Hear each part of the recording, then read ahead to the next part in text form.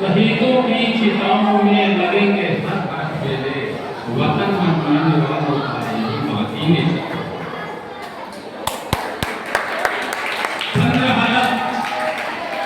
1947 के पहले हमारा देश अंग्रेजों के हाथों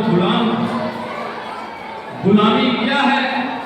प्रसिद्ध साहित्यकार मुंशी प्रेमचंद जी ने कहा है कि अपने ही देश में गुलाम बन करके रखना इससे अच्छा तो मर जाना थी।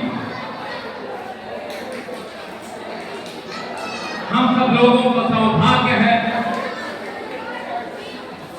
कि हम लोग स्वतंत्र देश में जन्म लिए।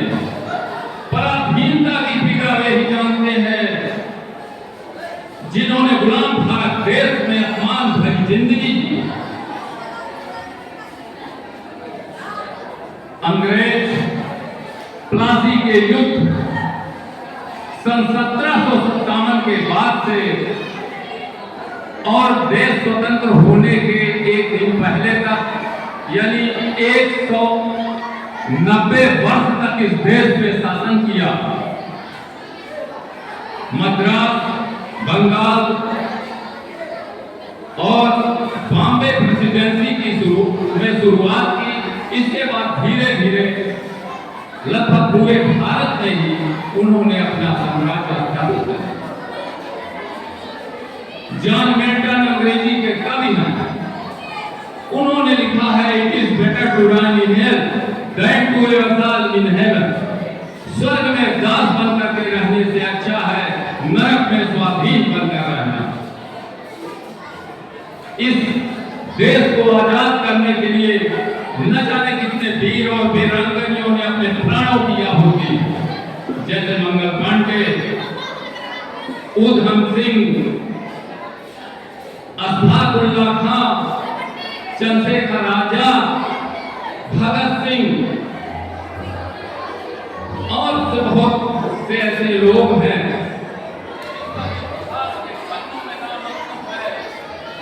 लेकिन ऐसे भी बहुत से लोग हैं जो इस देश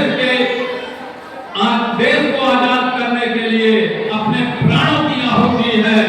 मैं उन सबको हृदय से श्रद्धांजलि अर्पित करते हैं। लेकिन मेरे छात्रों, मेरी सच्ची श्रद्धांजलि तभी होगी जब हम उनकी दी हुई स्वतंत्रता रूपी छाती को संजोकर रखेंगे। इसलिए कि उन्होंने जाते जाते कहा है कि हम लाए हैं तूफान से कश्ती निकाल के, मेरे देश के बच्चों इसे रखना संभाल के, मेरे देश के बच्चों इसे रखना संभाल के। इस देश की मातृभूमि में वो सोते सदा सदा के लिए। लेकिन एक चीज है कि उन्होंने हमारे राज के लिए अपना कल का बलिदान कर दिए हैं, अपना कल का बलिदान कर दिए। और अब एक घटना याद आती है। 23 मार्च, जो कि इतिहास में हम लोगों ने पढ़ा है, 23 मार्च 1931, जब हमारे देश के वीर सपूत भगत सिंह, सुखदेव और राजगुरु तीनों लोगों को फांसी दी गई थी लाहौर के सेंट्रल जेल में। देखिए कि अंग्रेजों ने किस तरह से एक अपराध की श्रेणी में ही है।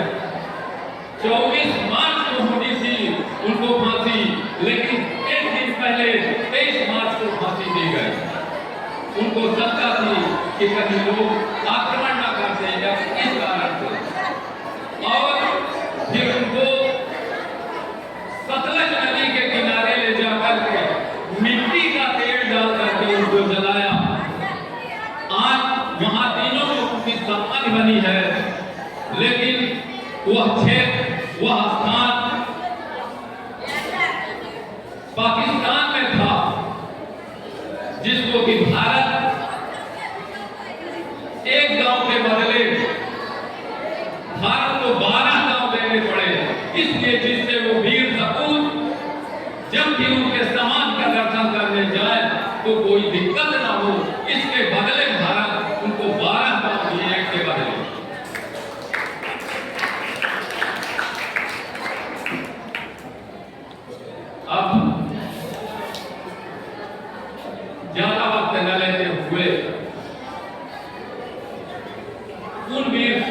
शहीदों के लिए कि आओ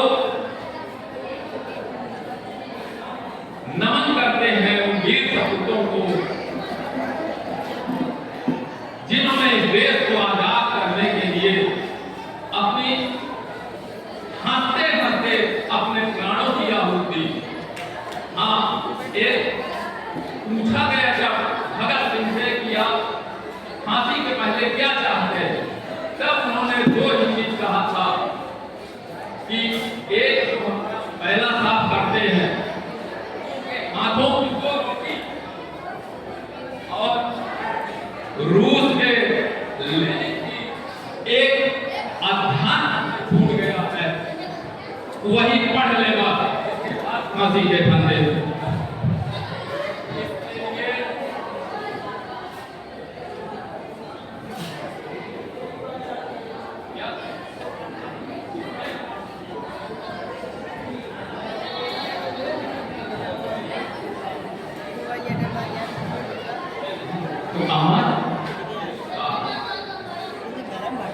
तो लेनिन की किताब उनको दी गई, लास्ट पार्ट था, उसको पढ़ लिए, लेकिन एक तमन्ना रह गई कि जो उनका महिला साथ काटते थे उसकी वो इस्तेमाल किए थे वो नहीं मिला